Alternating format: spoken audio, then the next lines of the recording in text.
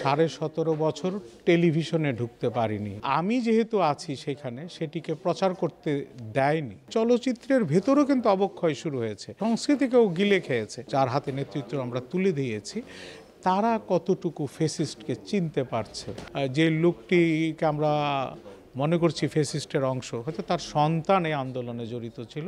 15.5 বছর আর 2 বছর, 17.5 বছর টেলিভিশনে ঢুকতে পারিনি, রেডিওতে ঢুকতে পারিনি, এবং বিভিন্ন প্যাকেজ নাটকে, এমনও প্যাকেজ নাটক গিয়েছে যে আমি একটিতে অভিনয় করেছি, সেটি ঈদের দিন প্রচার হবে, কিন্তু আমি যেহেতু আছি সেখানে, সেটিকে প্রচার করতে দেয়নি বাংলাদেশ টেলিভিশনে। এটিও ঘটেছে।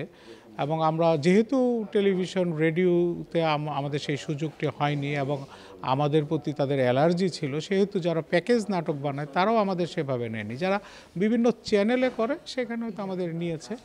আর চলচ্চিত্রটা আসলে স্বাধীন, সেখানে স্বাধীনতা ছিল। সেখানে আসলে আমরা এই সরকারের ফেসিস্ট এর সাথে সাথে চলচ্চিত্রের ভেতরও কিন্তু অবক্ষয় শুরু হয়েছে। এই ফেসিস্ট যে শুধু সরকার বা রাষ্ট্রযন্ত্র, ক্ষমতা, রাজনীতি, ছাত্র আন্দোলন এর পিছনে ছিল তা নয়, সংস্কৃতিকেও গিলে খেয়েছে।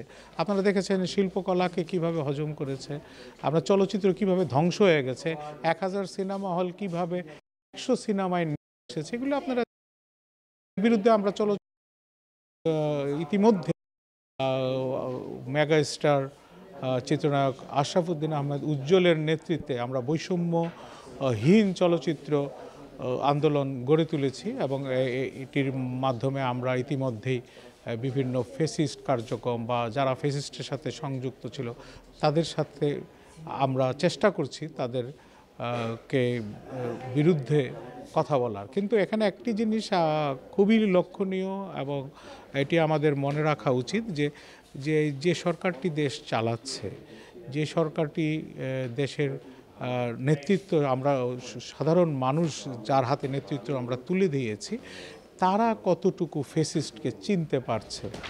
ফেসিস্টের কারণ তারা তো যারা ফেসিস্টের সাথে সংযুক্ত ছিল এদের অনেককেই দেখা যাচ্ছে চলচ্চিত্রের বিভিন্ন জায়গায় প্রতিস্থাপন করা হয়েছে বা হচ্ছে। এগুলির দিকে আরেকটু নজর দিতে হবে। তারা তো নতুন, তারা তো সবাইকে চেনে না।